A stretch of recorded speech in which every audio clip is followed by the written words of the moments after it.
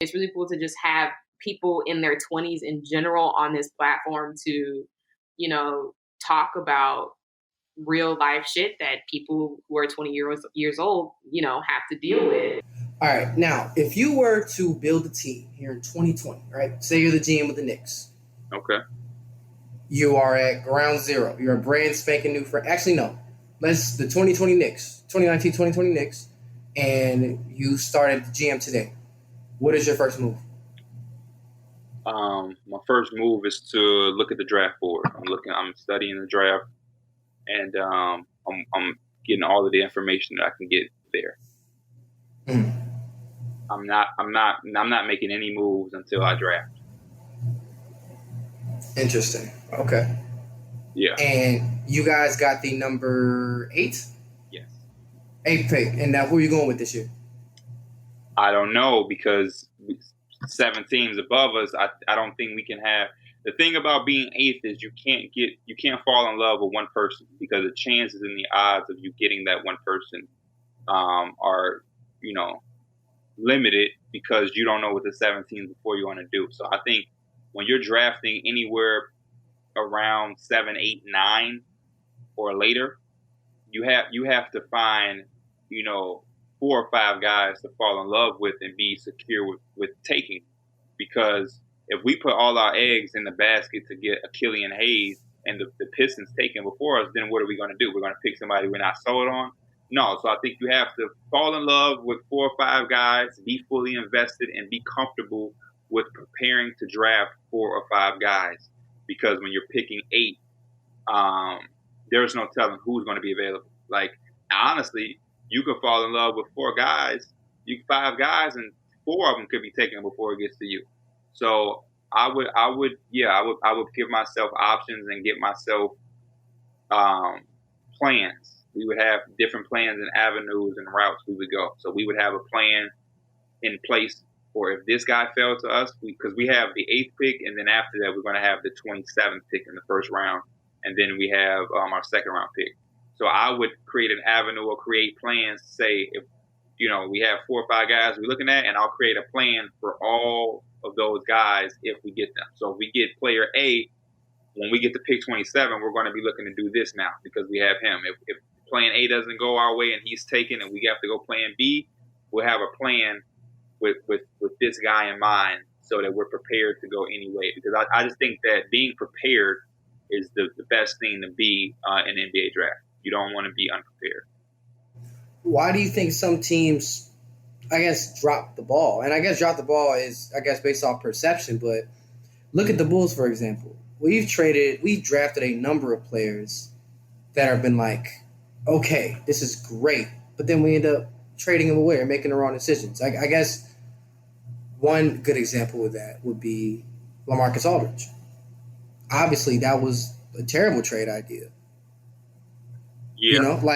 To trade him away for Tyrese Thomas. I wonder, and what you're saying to me now, obviously, I watched the draft. I've been following basketball for the majority of my life. I don't know as much as you. But I definitely I understand where you're coming from. And to me, in my level of knowledge right now, that makes sense. That makes sense to me.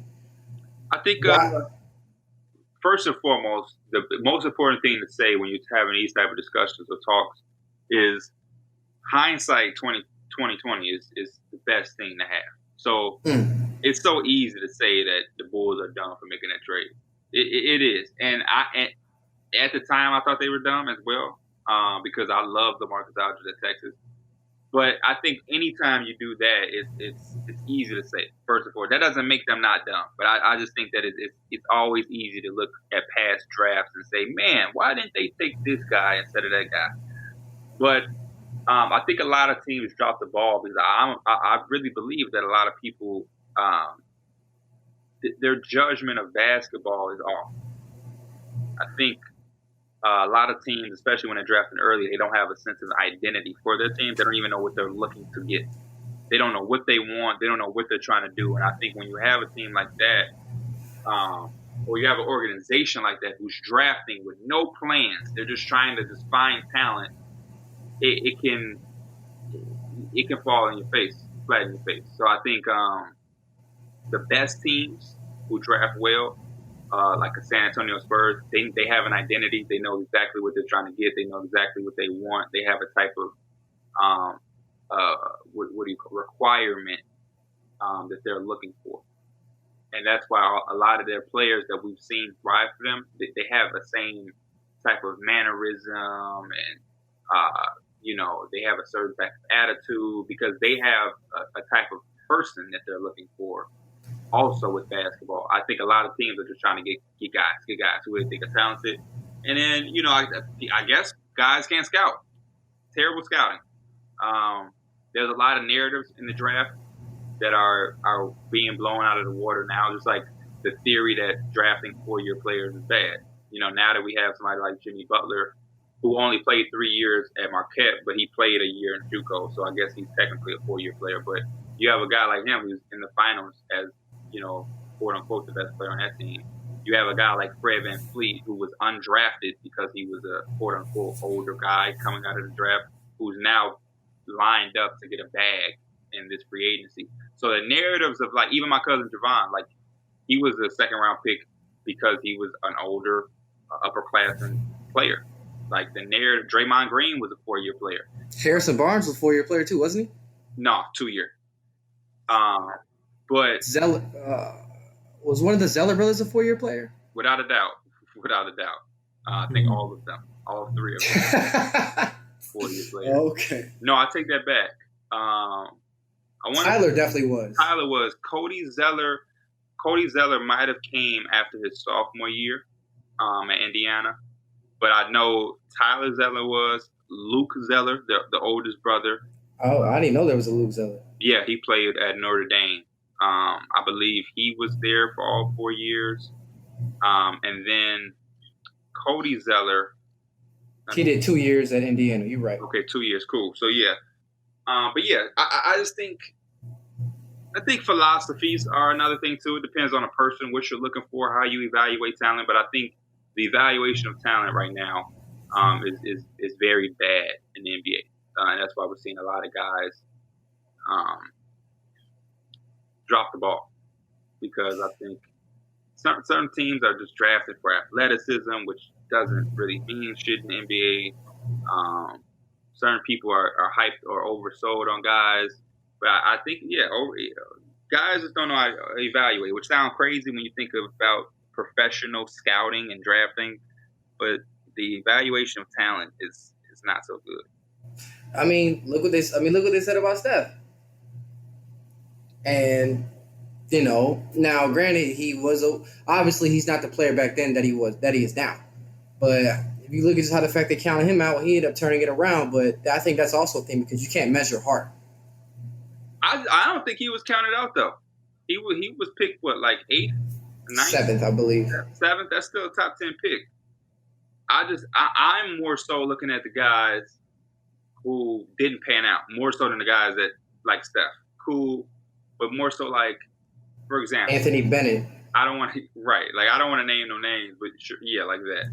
I'll do it. Jimmer Fredette. There was nothing about Jimmer Fredette. I don't care, and people go back and forth with me all the time about this. But I'm just going to be honest, and I know like hindsight 2020, like I just spoke about. But even back then, at a younger age, and back then at that time when he was killing the college game, nothing about what he was doing in my mind told me it would translate to the NBA. Nothing about his game. He was like 6'1". He didn't. He had a below average ball handle. He didn't handle the ball real well, which is why he shot so long threes because he couldn't get to anywhere else really. He wasn't an explosive athlete. Like I just mentioned, he was undersized, so there was nobody he was going to be able to guard. Like imagine Jimmer Fredette trying to guard MVP Derrick Rose, because that's around the time he came into the league. He would have to have been able to guard a Derrick Rose, Russell Westbrook, John Wall. Who was he going to guard? And then what team was he going to go to where he was going to come in and from day one take the shots that he took at BYU and the NBA? Because that's before Steph. Like, shooting super long threes just became, popular real recent. When Jimmer Fredette came in, nobody was shooting threes from that far. So what coach was going to bring him in and let him shoot like that, like he did at BYU? So nobody. He's below average handle, below average playmaker, small. Nothing about his game translates to the NBA to make me think he's worth being a 7th or 6th. I think he was 7th or 6th overall pick. He was definitely top 10. I'm gonna find out right now. 8th at the latest. But yeah, that nothing about his game told me he would translate to the NBA. 10th. Okay, 10th. Ooh, perfect. Top 10 pick. Crazy. Yep. Nothing about his game translates to me. Yeah. But it happens. Yeah, it definitely does happen. He went overseas and crazy. Greek League champion, CBA international MVP. Oh, yeah. He went overseas and went nuts. So, all right, let's get to some more current things. How would you feel if the NBA, if the playoffs are played in the bubble every year? Because the type of competition we've seen this year has been absolutely crazy. So how would you feel if it was played in this bubble every year? I wouldn't mind it, but I know it's not going to happen. Hell no. There's so much money being lost. Yeah. And I like being able to go and watch a game. That's always, I like these bubble games make me wish that I was there to witness it. But, I mean, I like it, Definitely don't have any problem with it, and I'm proud of the NBA for pulling it off. But I wouldn't mind it if they did something like this. But, again, so much money would be lost, and I think having home court advantage is something that teams look to earn. And it would defeat the purpose of a team going hard all in the regular season because there would be no home court advantage. So it just would defeat the purpose. There will be no incentive to do well or try your best during the regular season. Good point. How do you feel about the playoff format? I mean, now this year's format was definitely different. Pierce actually made a good point, and I didn't realize this, but he feels like the Suns should have made the playoffs because to go 8-0 inside the bubble but still be knocked out under some other stipulations does kind of suck. I would have rathered the Phoenix and Portland play for the 8th spot versus Portland getting it because they beat somebody else, because Phoenix still earned it because they went 8-0, No, yeah, I said the same thing on my podcast.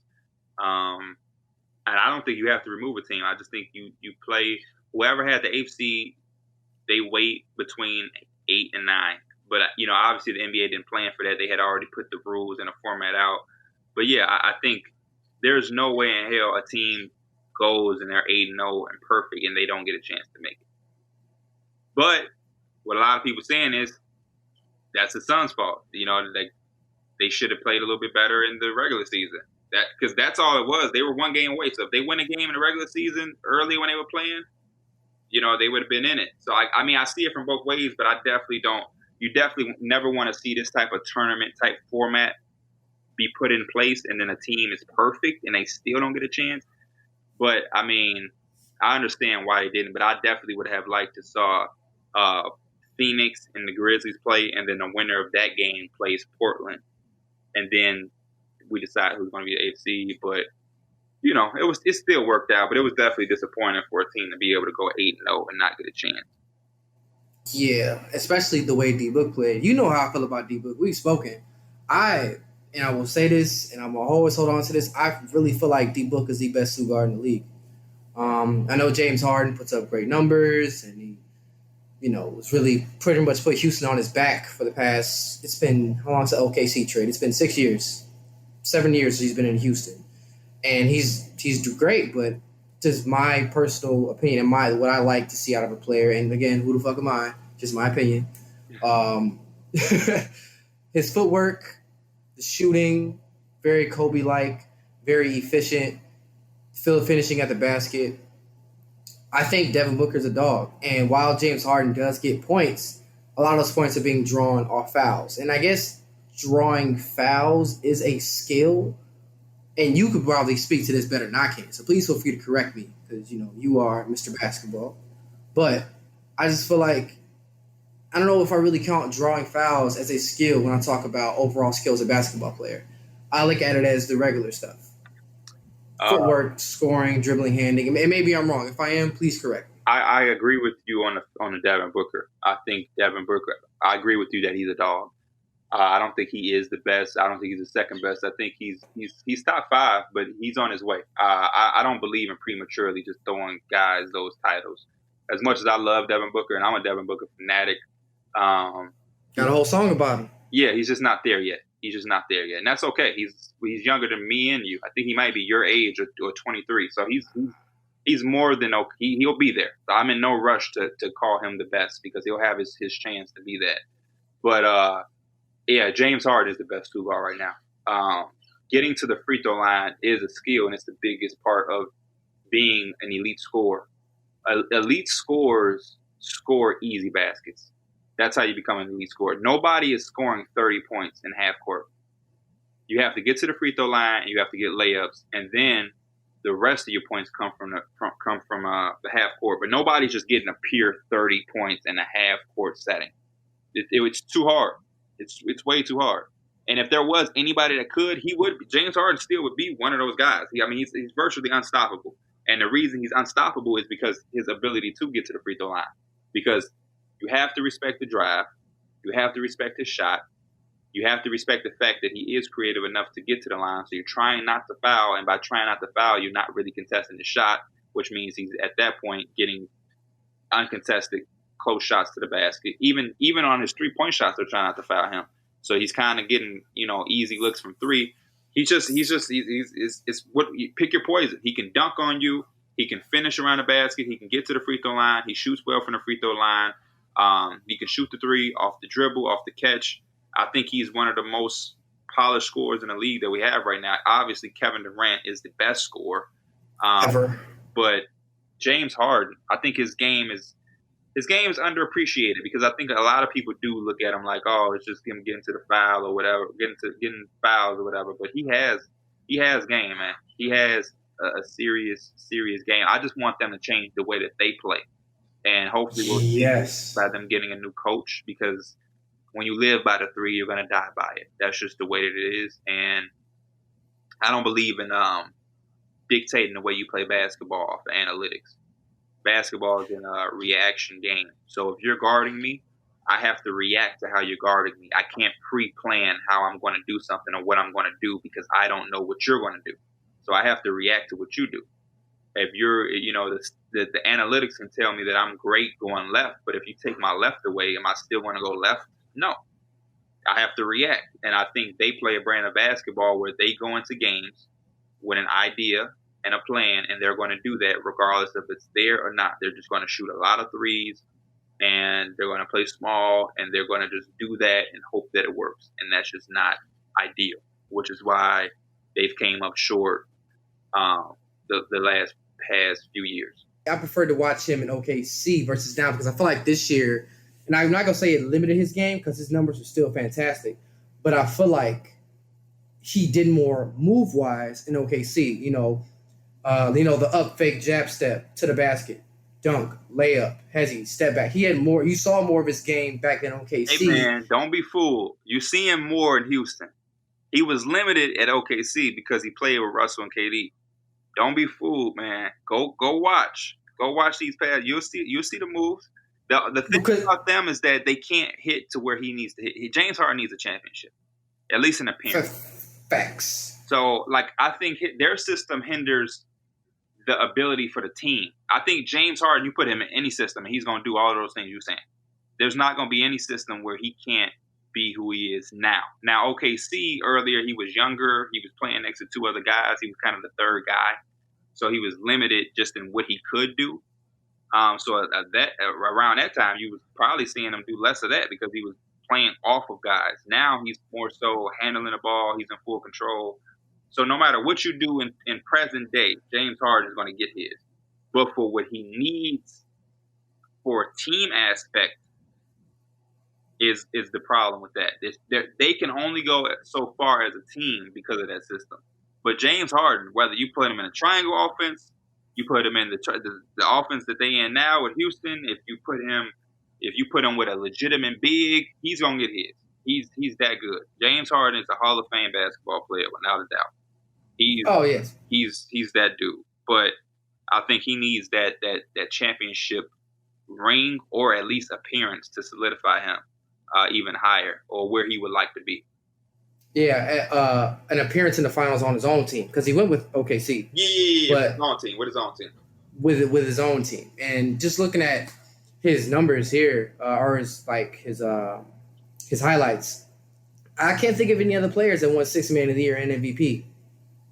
Nope. No. Yeah. No. So James is in he's doing some shit, man. He's doing some shit. I think James Harden get a ring. I'll probably put him over Dwayne Wade. Personally. Wow.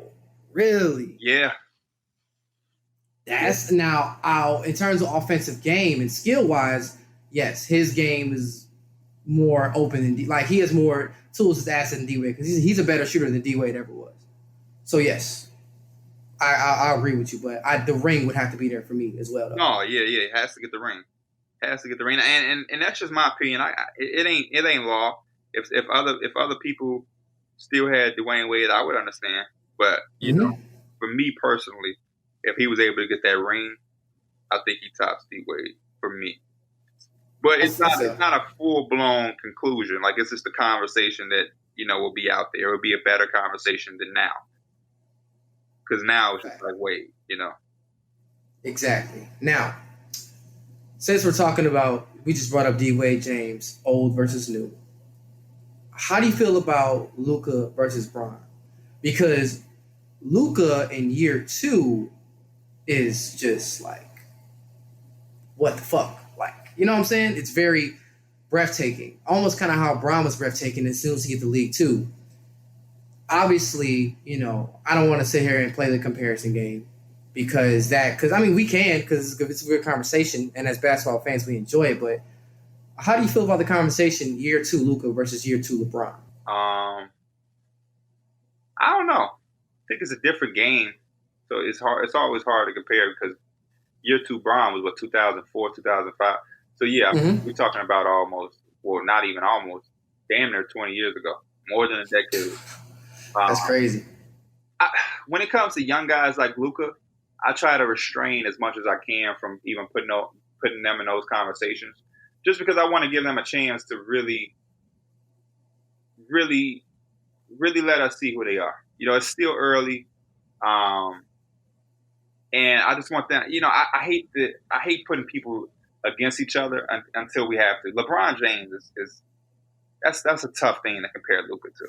I mean, that's LeBron James. So I think when we start putting people against those type of players so early, we kind of put it to where they can only fail. Putting Luka up there with LeBron would mean Luka would have to do some monster shit, very consistently. He almost did. No, he's only in year 2. He would have to do this. This would have to be regular for him to be with LeBron. He would have to do this for damn near the rest of his career. And that's a lot. If we're just comparing the years, sure, he had a better year. You can say he had a better year 2 than LeBron, but I don't know how much weight that holds. I don't know if we look at LeBron as the best second-year player ever. Is that even a thing, or do we sit around and we're saying who had the second best year in the NBA ever? I don't think that's real. So at that point, we're putting him in a conversation with a dude that you're damn near putting him in a position where he's probably going to underachieve. And that's crazy to say, looking at what he's doing. How can he underachieve? So that's why I kind of, stay away from that as much as I can until we see it. He ain't even won an MVP yet. Let's let him win an MVP. Let's let him make, a couple more playoff runs and whatnot.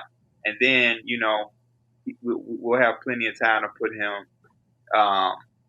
in that conversation. But until then, I try to hold my horses on that as much as I can, because I think that's what's wrong with the media. They compare and compare and compare, and they put guys in positions where they're going to underachieve, and guys get looked at as oh, they're not as good as they're supposed to be, or they're underachieving. It's no, they're not. You're only underachieving because you're comparing them to the best that's ever played. If that makes any sense. That makes sense. I understand where you come from. That's like the shadow that Bron was put under with Mike before before he finally got his few rings. Like I feel like early Bron, like it was just a shadow of Mike and the shadow of Mike all over him. But then I feel like he cast that shadow off of him like second year Miami. They're just like, yeah, he and LeBron are two different people, you know? Yeah, that's how people should look at it, but they gonna do that one forever, man. Unfortunately, as much as different as they are, they always, and I get it, but yeah, without a doubt, man, without a doubt, they love that conversation. They do, and you know what's crazy? I'm gonna be a little hypocrite for a second. I was talking with Pierce about that the other day, because I was saying, yeah, what was that? I'm interested to see where you're going with this. So, hear me out. Okay? I'm listening. LeBron James, the thing I love about LeBron most that a lot of people don't talk about is his durability. LeBron has never had a major injury. LeBron has never really missed extended periods of time. Broke his nose in Miami, he wore the mask and he played. The first year in LA, he hurt his groin. He missed a few weeks or a month or so like that. But that's towards the end. If you look at the bulk of Bron's career, he is so durable, right? That's point one. Bullet point two, the fact that he is in year 17, putting up these kinds of numbers to me is absolutely phenomenal.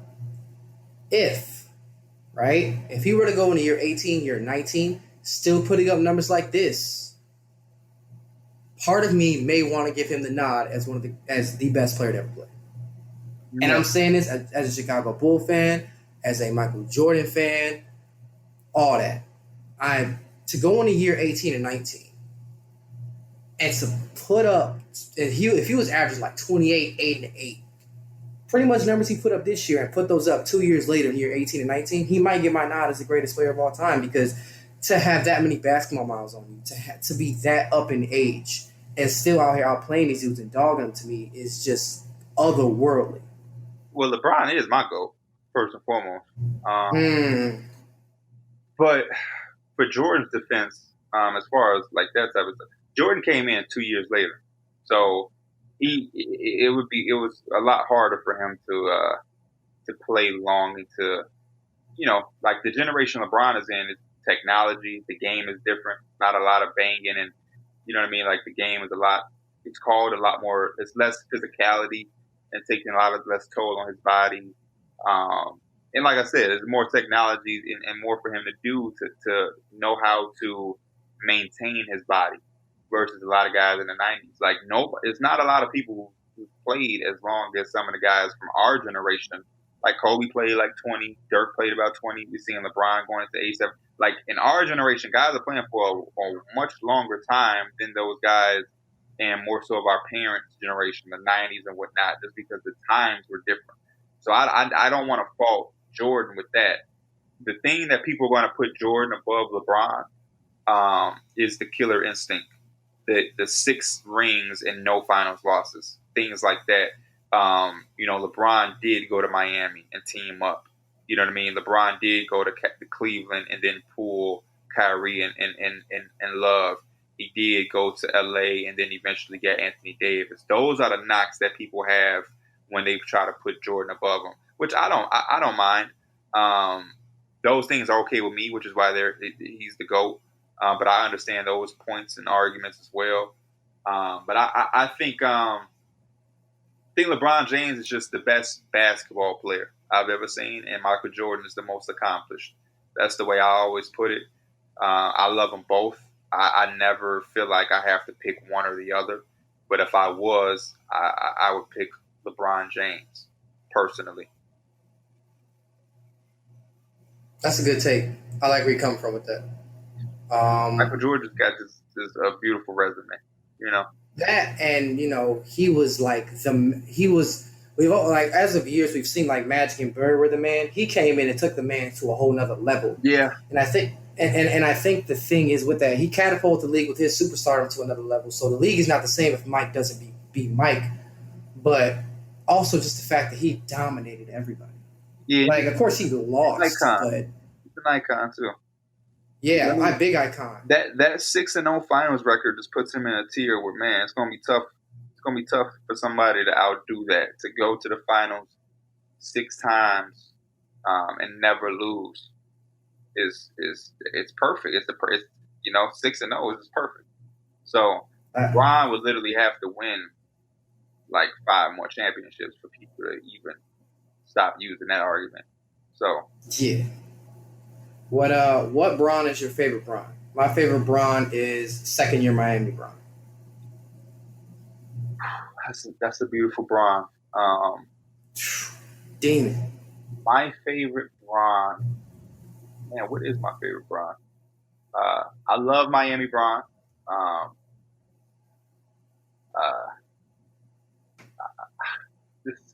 You know what? I'm gonna go. My favorite Bron is 2016 Bron. That's Cleveland, the return? Yes. No. Or is that 2017? Whichever one is a 3-1 comeback. I'm about to find out right now. Maybe 2016, 2017. I can't. Because, Golden State, because Steph Curry got the MVP in 15, right? Yeah, he got the MVP that year too, if I'm not mistaken. Or no, maybe it was Harden. No, that was the year they went 73-9. Yes. So, who came out for a 3-1 deficit? That was in Cleveland Cavaliers. I'm about to pull up an article right now, pulling up on Bleacher Report. That was in 2016, 2017, I believe. Yep, 2016. Yeah. That Bron was definitely different. So, but I mean, I like the fact that we can even have the conversation of which Bron, because I'm also a fan of the first Bron in Cleveland, like before. Yes. I love that Bron. I mean, he just doesn't have the championship, but like that Bron was crazy. Fun. Heat Bron, like you mentioned, he should have won Defensive Player of the Year and MVP, but they hold him out of that. And I like that Bron because when he first went to Miami, I was upset. I didn't like him teaming up. I hated that, and I didn't like that decision. It made me not like LeBron. Me too. But then when he lost, and he did that post-game interview saying people can, want to see me fail or whatever, but they got to go back and live their miserable lives, I was like, oh yeah, I'm fucking with him. And so I started rooting for him then because I'm like, he's right. They're trying to get us to just like hate him, and I'm look at me. I'm a kid in high school feeding into this, trying to like hate this hatred for LeBron. Like fuck that. Like he did what he's supposed to do. The Boston team clicked up, and now he went and clicked up and did it better. And shit, go ahead. And it was still fair game. He lost the first time. It wasn't like Kevin Durant's situation. He didn't join a 73-win team that had an MVP and went to the finals before or anything like that. No. The Miami Heat was far from what the Warriors were. And he teamed up, and they made it happen. But that was a good Bron. Bron back in Cleveland, seeing him get that ring for his hometown, and then coming back from 3-1 was beautiful. And then I like Los Angeles Bron too. I like Hollywood Bron. Yeah, and you know what? His jump shot has gotten so much better, and over the years. And I say second year Miami Bron because that's when his jump shot really started to get better, Yep. and physically he was still in his prime. Like now, physically he started to decline. And he'll still dunk on you. Don't get me wrong. But physically, he's not the same as he was year in Miami. No question. That year, he's guarding Derrick Rose in the Eastern Conference Finals. That says it all. Sheesh. He wouldn't be able to do that in this year. He wouldn't be able to guard that Derrick Rose right now. Not on MVP Derrick Rose? Absolutely not. No. So yeah. I think that, and he also had the mental aspect because I remember watching an interview. He embraced that bad guy role. Yeah, the villain role. He embraced it, and you could just tell in his demeanor, the way he played, black headbands. That Bron right there. He was a bully, and it was like watching Bowser play, but Bowser's like 6'6", 245. Nobody could touch him. It was vicious. That was a time, man. That was definitely a time. This question, don't take this question too seriously, because I have thoughts. And I'm just like, I wonder this, and I could be talking crazy. It's nothing gonna get you in trouble. Just a thought. It seems like, and as I'm saying this, it sounds kind of stupid, but I'm gonna finish it. Chicago basketball players over the years just seem to have problems with their knees, and maybe I'm tripping, But I wonder if there's a correlation between players playing black tie basketball growing up on that. I'm gonna stop you. Okay. You ain't crazy. That's exactly what it is. Thank you. I knew I wasn't fucking crazy. That's what it. That's as simple as what it is. Simple. Because you look at D Rose, Jabari Parker, D Wade, Sean Livingston, Peoria, Chicago. Well, that's a freak accident. I'm not gonna say that. That was a freak accident. Yeah. Yeah, but D Wade, and then Shump tore his ACL. Yep. He's from the crib. Yeah, it's definitely playing on the black, and even guys who didn't have those type of injuries, it's still not good to play on a black top like that. And it's just a lot of wear and tear. That's why I don't really play on a black top. When I do play, my little brother, he's a kid. He'll go out there and play a little bit, but nothing too crazy. Mostly in gyms, because it does do something to you, and that is a big part of why. And I mean, a lot of those guys also didn't know how to properly land and do it. Like Derrick Rose is just a freak. So I mean, it was hard for him to understand how to land or to properly do things. So that's another thing. But no, playing on blacktop and knees and all of that, there is a correlation. And if you play basketball, or if you've never played basketball, go play on a blacktop and then play in a gym and just see how it feels. It's a big difference. It's a way, way big difference. And that's definitely a correlation there for sure.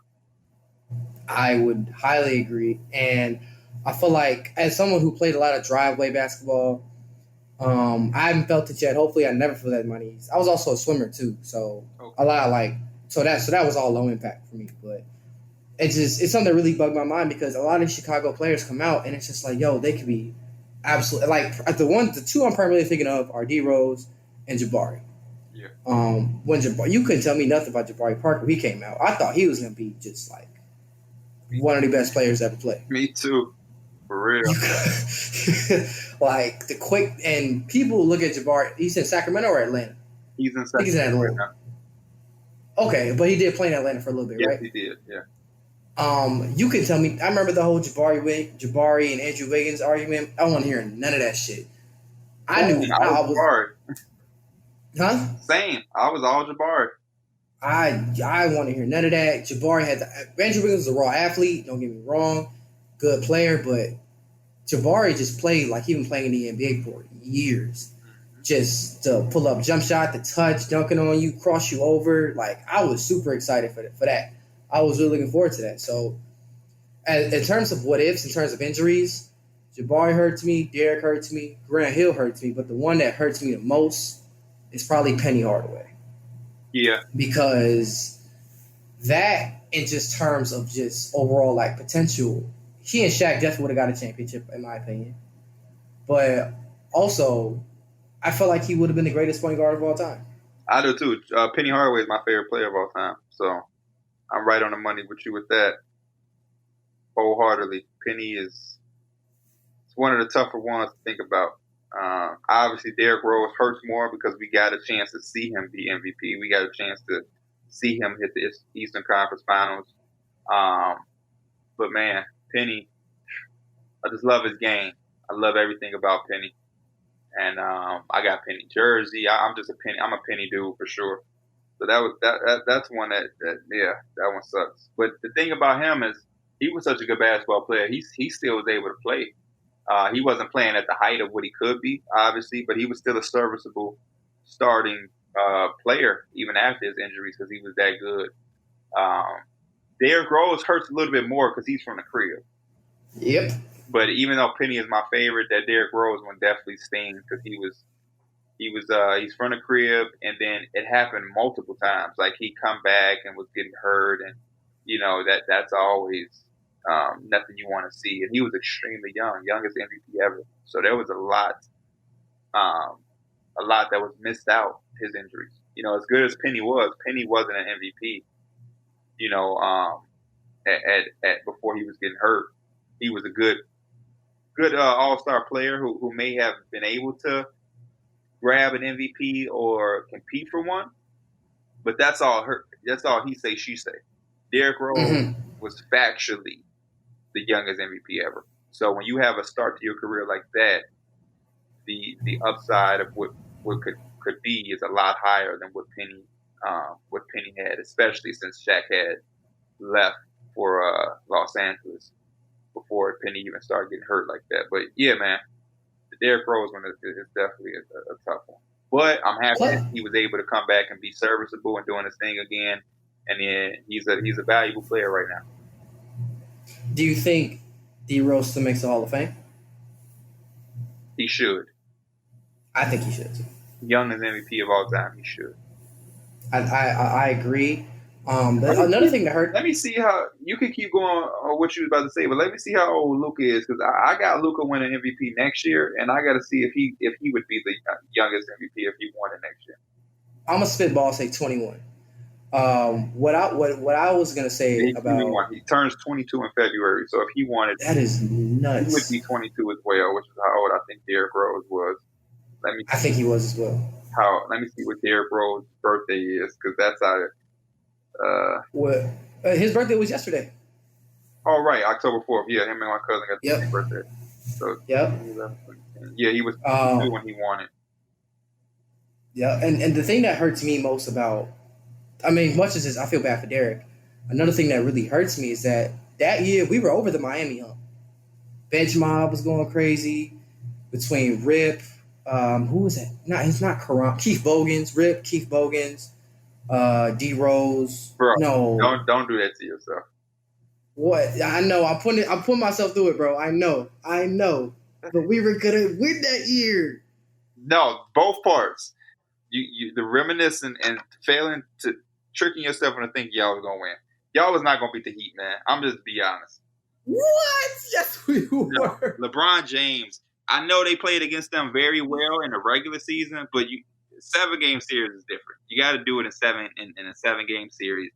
And LeBron James, no, there was nobody that was gonna keep him in check in 7. Did Miami win that year? They beat the Spurs that year, right? Or did they beat OKC that year? I think they beat OKC that year. That D Rose was year. I ain't gonna lie to you, bro. I think we would have gave it to him because Mario Chalmers wasn't guarding D Rose. No, we had the best. We had James was. He was trying to contain him, but you couldn't stop him. Yeah, of course. But who on the Bulls was even going to contain LeBron James? We had Luol Deng and Jimmy Butler. Hell no. What? Come on. Luol Deng was one of the Bronze. Luol Deng was one of the Bronze stoppers. That's what I call him. No, there is no Bronze stopper. Just like they said that about Iguodala and LeBron averaged a triple-double, 40-point triple-double in the playoffs, and they saying Iguodala was the LeBron stopper.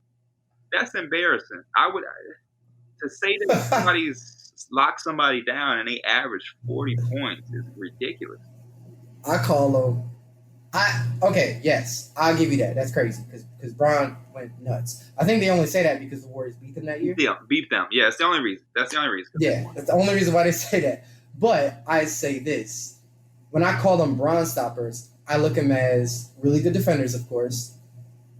Muscular, at least 6'6", good defenders. So players who are able to at least guard Bron because you can't stop him. So Bron stopper is not me saying people because you can't stop LeBron. No one ever will. But I say that as people who can guard him better than others. Jimmy, Jay Crowder, 2 Bron stoppers.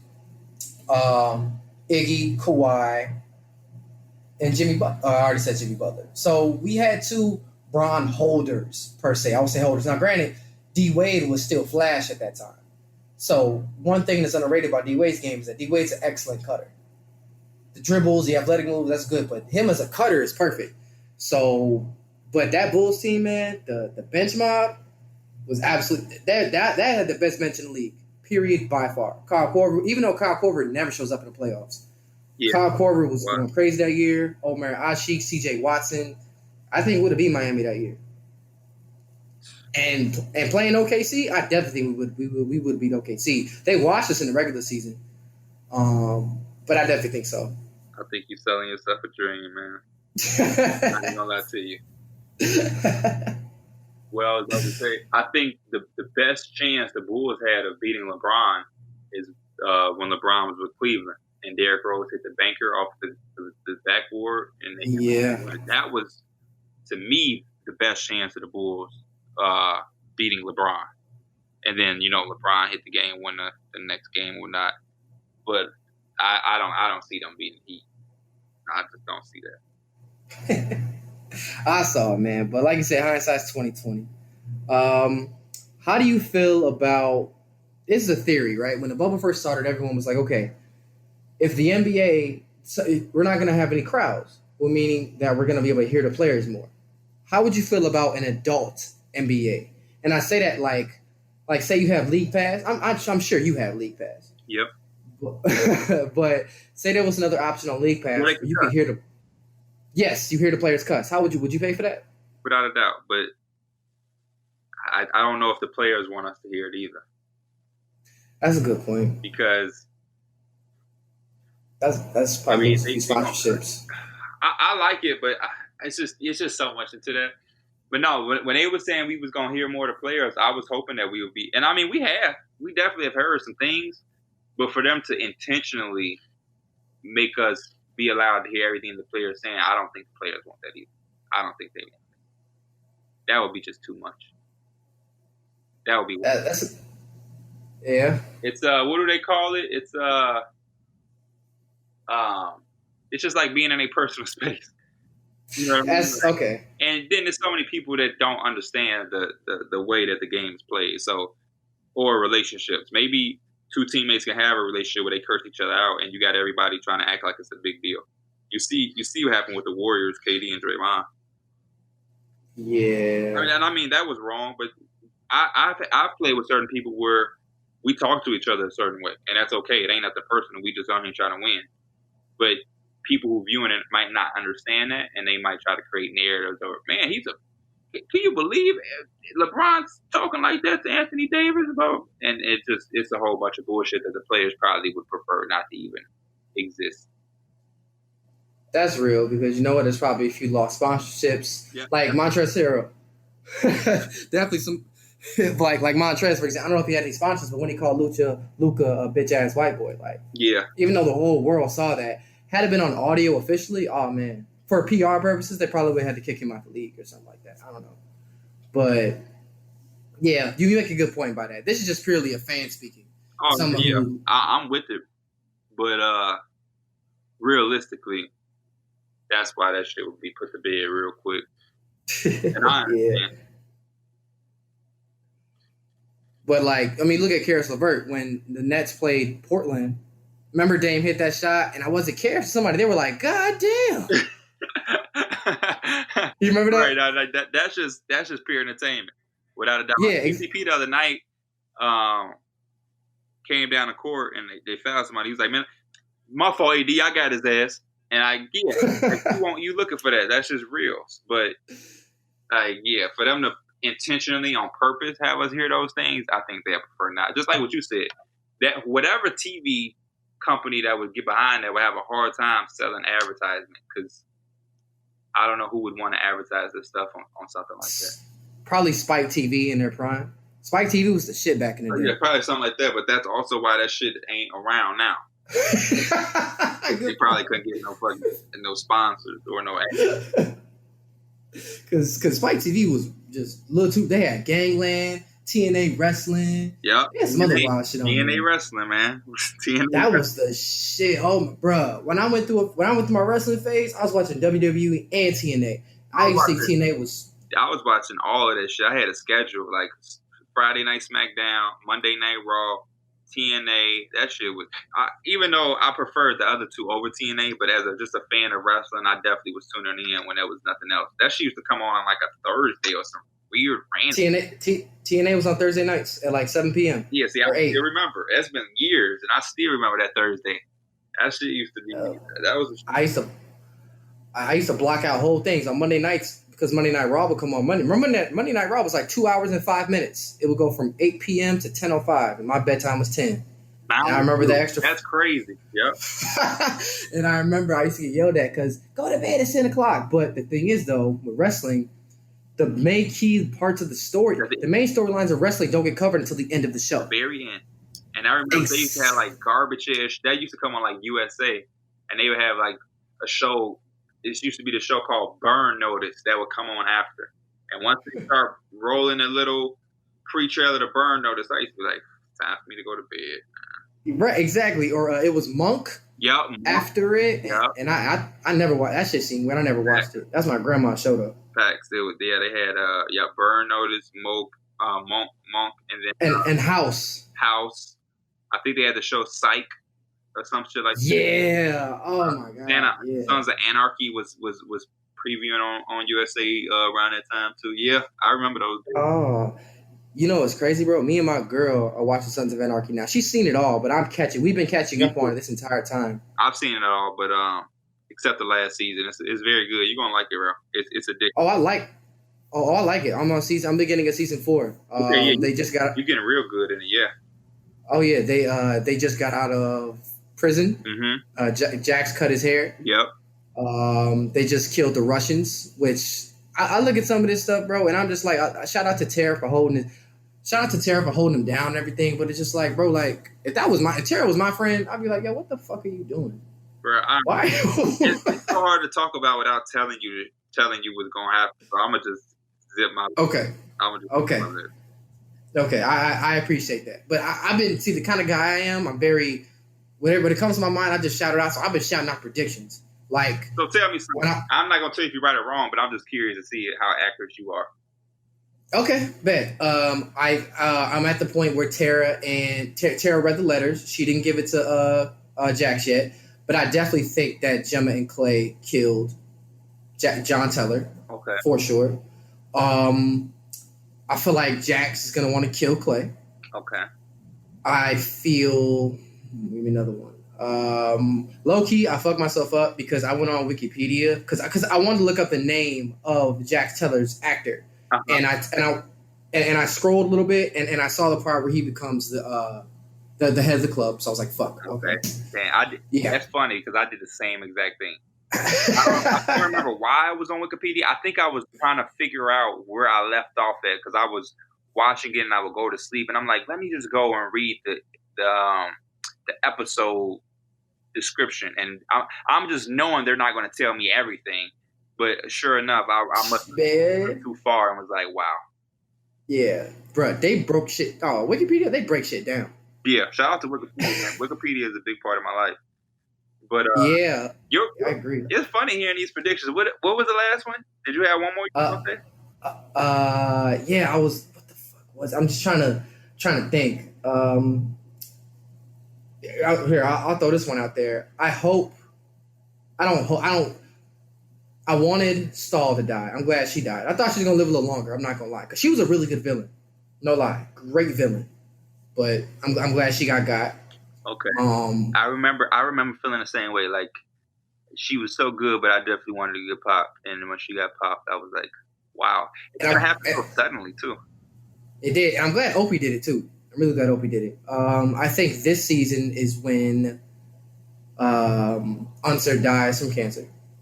Because he just, I don't know. I'm spitballing out there. I think this year it may take him because he lost his role. His role has decreased, at least from what I've seen in season 4. I could be wrong, or beginning of season 4, which I could be wrong. Who? Unser. Which one is that again, man? I haven't. The retired police chief with cancer. Okay.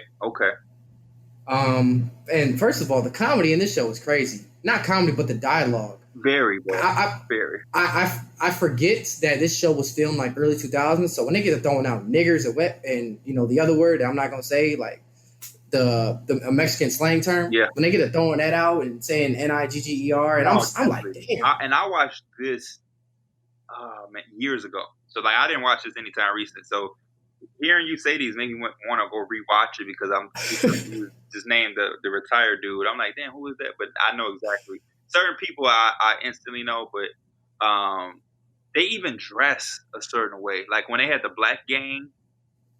Yeah. You there yet to see them? Yeah. They all baggy and shit. Yeah, that early 2000s. They had the red cuts, right, with the flames on them. I forget their name. Yeah. So, I forgot when I was watching it too how like late I was. So it took me a minute to be like, oh yeah, this shit was like filmed a long time ago. Because and it started like the first episode. Because when Clay threw out that first nigger, I was like, whoa, We ain't doing business. Slow it down. Uh-huh. No, yeah, that definitely did. Especially thinking about that it came on USA. I thought it was on FX. You're right. It went from FX. FX and it transferred to USA. You're right. Oh, you're right. I didn't know they played that on. I thought it was FX only because that style of TV is only meant for like FX. I feel like FX is Spike. Fact check to make sure, son. I could have sworn it was. Maybe they ran ads on USA. I could have sworn it was only on FX. Yep, I just typed it in USA.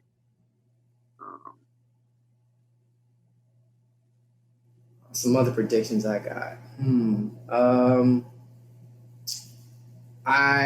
I'll tell you characters I don't like. I can't wait for Clay to be gone because fuck Clay. I wanted Opie to beat the brakes off of Clay when he found out about Donna. Damn, but you could be right, but why do I feel like it? I don't even know how to search to know if I would. Know if it would. What? If it what channel it was on? I know it was on FX, but I'm trying to figure out if it was ever on USA.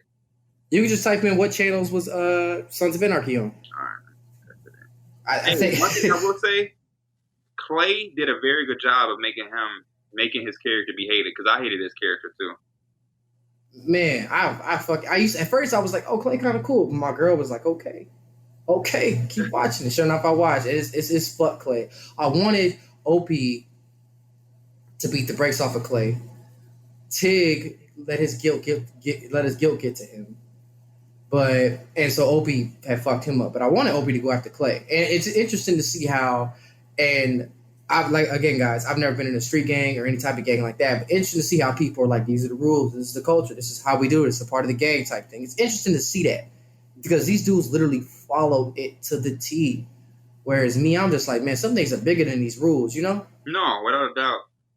But I'm with you. I've never been in a gang or anything close to a gang, so I don't know how to even think of. It's just so easy for us to say, I wouldn't do that shit. I'm not going to them motherfuckers. But yeah, I think it was on FX. Maybe I'm thinking of something else, but I can't find something that say it was on anything but FX.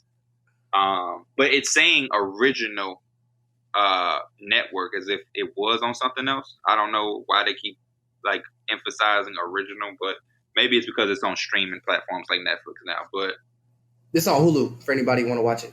You watching on Hulu? Yes, sir. I watched it when it was on Netflix. Maybe it's not on Netflix no more. Maybe not. But yeah, Netflix does that. But definitely a great show. And I'm gonna suggest another show. If you have you ever watched Entourage? Yes, but in pieces because I was too young to watch it when it was on and popping. I never seen the whole thing. That's how I did. I watched it at first, and it was like a little boring pickup. But one time I sat down and really watched it, and it's my favorite show ever.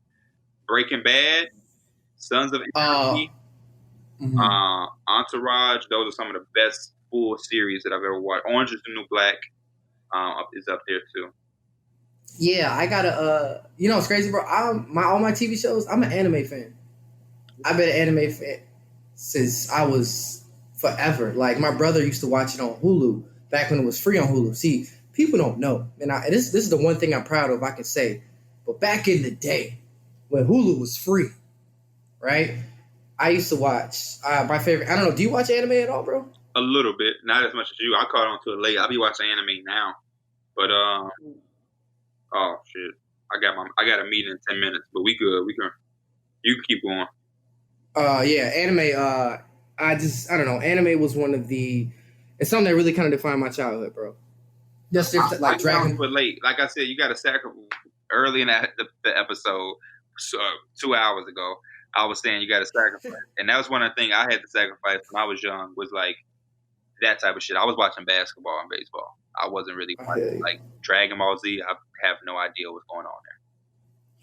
Like I know who Goku is and Vegeta, but like I don't know anything about the storyline. The only thing I watched was like Yu-Gi-Oh. Yeah, I got. But now I watch like Attack on Titan. I just started a new anime that was on Netflix. I forget the name of it, but I'm getting into it. Somebody told me to watch Death Note. Yeah. If you have any anime questions, I'm your guy. Please ask. When I finish these couple of series that I'm watching, I'm definitely gonna hit you up Because I be trying to ask like the fans of the podcast, and they be throwing like 1,000 things at me, and I be like, bro, let's be realistic here. Y'all throwing 5 series to watch. Like, let's be Anime is long. I'm a One Piece fan. One Piece has 939 episodes, and it's attention span. Like, you have to watch anime. It's like a movie. Like, you can't be on your phone halfway watching. Like, I've learned that as well. So, that shit is definitely attention needing. So I have to work on that as well too. But I'm on Attack on Titan right now, and I just started one on Netflix. That seemed cool. And once I get off of that, I'll definitely be hitting you, because I like anime, but it's just something that you got to be educated about.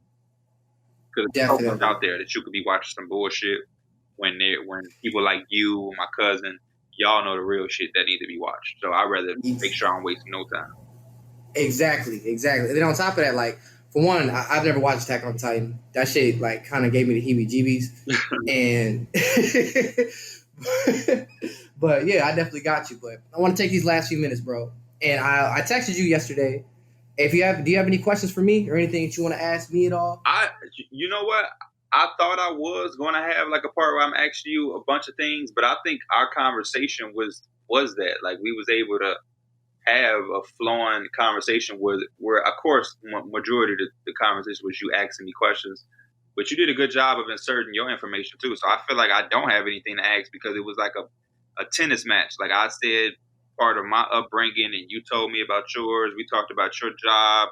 I know that you're in a relationship. You talked about, certain things you've been through. So I feel like we had a real good conversation more than an interview, which is always the same. I don't feel like this is like an interview with Pierre. I feel like this is more of a conversation with the both of us versus being just one-sided, because that sometimes ain't the funnest or the best, Oh, yeah. I've definitely interviewed. I've definitely gone through my question answer interview phase. Yeah. I'm staying out of it, and I'm not gonna lie, bro. Like, I was so hyped to sit down with you or record with you, I guess. Yeah. Whichever. I almost psyched myself out. But I pulled through in the clutch. So I understand what you're saying, bro, because I've definitely had interviews where it's like question answer, and then technical difficulty, question answer. It's like, I'm just gonna scrap this shit. No, I think this is a beautiful conversation that people will enjoy, and hopefully it's a lot of gems that they can pick up, because we both said some shit in here that can help whoever listens to this. And if one person picks up anything we said, that's all that matters. Yes, my day is made. If anybody could change or learn something from this conversation, I think that would mean the world, bro. 2 things I do want to say real quick. One, me and Pierce would love to play any of y'all two in hoops. Y'all need 2. Well, we don't do anything without the full ED. I can't one person out of you know what I mean? Like 2 people out of the podcast can't do it. It got to be 4. We do things as a okay. So y'all got to get Jordan, because I know Jordan trash. I just know Jordan. I'm not hooping with Jordan. No, absolutely not. Jordan can take the pictures. Facts. I can record it. I'm not hooping with Jordan. We'll get ours. And then another thing is, if y'all ever I don't know if y'all have guests on Through the Wire, but bro, we would love we would love to join that. And I saw y'all hoop RDC World and smack their ass. Yeah, they're my boys. Yeah, man, I'm such a huge fan of them. Everything that they do, building with your friends, or I think they're raw. No, they are. Shout out to RDC and Mark. They're my guys for sure. They some of the most, doing this, you get to meet a lot of people, whatnot, but they some of the most down to earth and just cool dudes to be around. Mark actually put me on Attack on Titan, so yeah, he's a big anime fan. I love that show too. So shout out to Mark, because if he had put me on some bullshit that I didn't like, I probably would not be trying to watch anime at all. Attack on Titan was a great start, I must say. That's good. But go ahead and give everybody your social medias, my guy. On Instagram, I'm Pee Wee the Plug, HOH. And then for Twitter, strictly just Pee Wee the Plug. And then on YouTube, I'm Big Stacks Porzingis. Hit me up on there. Keep up with everything that I'm doing, because I am doing a lot. And Yeah, man. Show love. I show love to who show love to me. And that's pretty much it. I appreciate you having me on here. Um, hopefully we can do hopefully we can do some things in the future, even if it ain't hooping or it ain't through a wire, whatever. Who knows what's in store? But much love. Shout out to your boy Pierce. Hopefully next time we do anything, he will be involved. And yeah, man, keep doing y'all thing, and I'll be watching from afar. Thank you, bro. I appreciate you. Thank you for the look, big bro. It was definitely appreciated. It's definitely one of those things, like you said with Kenny, how to highlight, you shot the email. I just shot the DM. So I was super scared when I did it, but shit, it worked out, man. I appreciate you and forever love you, man. If you need anything, bro, just let me know. And I can't wait till we can link up, actually meet in person officially. That'd be good. Facts. We definitely gonna have to do something in the future just for that purpose, which ain't full blown because we both got the common denominator, which is Jordan. So I'm sure we'll cross paths. Yep. But no, much love to you. Appreciate you having me and appreciate you shooting that shot. And yeah, we'll link up and definitely talk for sure. And likewise, if you ever need anything or anything, just hit me up and I'll do the best that I can to help you out, bro. But be smooth, be cool, be safe, and I'll holler at you and see you around on social media or whatever. You got my number and we'll talk. Yes, sir. You the man, bro. All right, bro. Peace. Yep.